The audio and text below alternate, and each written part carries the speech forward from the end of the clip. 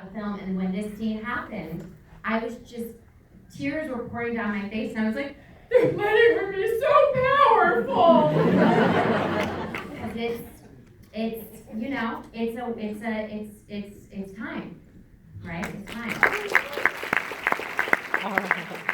so much. I went to work the next day, and I was like, you know that thing that you just gave the guy to do?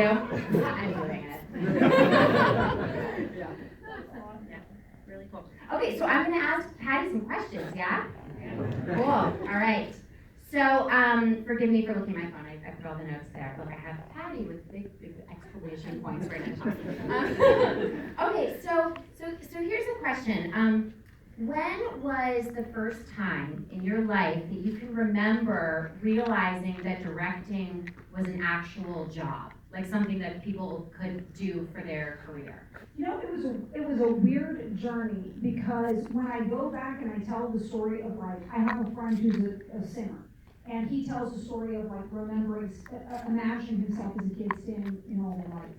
And I'm like, wow, mine is very odd still to this day, because it's always, I love to hold the other artists, and I have very specific plans for what I thought they should do, like, but I didn't want to do it.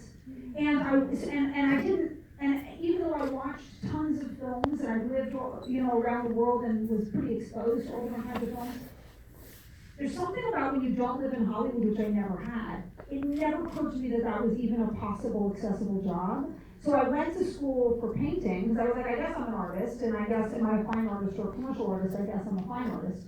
So then I go to school for painting, but then meanwhile, my first love was really music, but I didn't want to play it. And it's an interesting moment. It was when Peter Gabriel wrote the score to Birdie, and I couldn't stop listening to it over and over again. And then I took an experimental film course, and the second I finally put picture to music and started filming my friends and put it to music, I was like, that's it.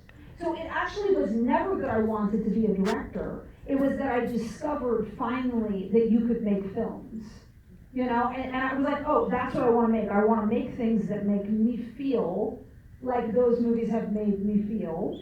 And this is the most complex art form to do it in, and I love it. And so it was like an interesting, weird way. That's incredible. So how did you start making movies? When did that all start happening for you? So it started, interestingly, my first instinct as someone who had trained I had always taken, since I was in junior high, photography and painting and screen printing and all kinds of things.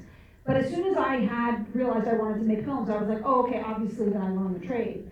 So I found a commercial production company that did amazing things, and I was like, I should go intern. I went and I interned there, and then got onto a set, and knew a guy who was the loader on the set, an American Express commercial, when I was 20, and he was like, well, you could work for free. These guys might train you if you work for free. So I was like, great, that's what I want to do, camera, I'll learn that. And so I worked for free for 4 or 5 months, and then I became a second AC, and then I became a focus puller, and I did that for 10 years. I was a camera person. And so I initially got into it because I was like, I'll do this on the side, only commercials and music videos. So I was like, great, if you're working, and then I'll write and direct my own films on the side. Of course, you become a working professional, and that doesn't happen. And so then I did that for 10 years, frustrating at the time. But then 10 years later, I'll never forget, I was doing a Michael Jackson video, which is an amazing other story, but I was on a Michael Jackson video, and I met the DP, and the DP said, there's a school called AFI, where you can get in as a professional, and you don't have to, because now I've been working for 10 years, I'm a union camera person, I don't want to go learn film, I just want to make films. And so he said you could get in as just a director if you get in. So I set my sights on that, came here, made a superhero short film that got into this festival. And while I was at this festival, they had a program called the Kodak Connect program, where I met someone named Brad Wyman, who happened to be making these serial killer films, and said, well, I'm doing this, blah, blah, blah, and I'm trying to get out of the industry, and the whole thing was really hilarious. And I said, oh, I watch true crime all the time, and I was like, oh, you should actually do a movie about Eileen Morris. And he said, you should, you might be able to get that made. And so I started to work on that, and initially met some odd people who were making those movies, and ended up walking away from that and really finding my own love of this movie, and I was like, I think this could be more than what it is. And then Brad Wyman was lucky enough to introduce me to Donald Kushner, who is here tonight, my great producer there, who Donald and Brad believed in the movie and made it, and said, we believe you could direct it, and we'll back you doing it. And I made Monster, and that's how I got to be a director. All right, girl. So when did you, was there a point when you felt really confident calling yourself a director? Or like, was there a defining moment where you're like, yeah, I'm a director? Yeah, you know what that was? Monster was, and it happened in the weirdest possible way. First of all, as a camera person doing commercials and music videos, you work with so many hundreds, many very undeserving directors. You know? Many, all the time. And also, you know, like I've come up in kind of, my family was in the military, I've seen this enough that I don't think it's not a prize to be the director. It's just the job that you're the one that got assigned to that job, you're the one that does it.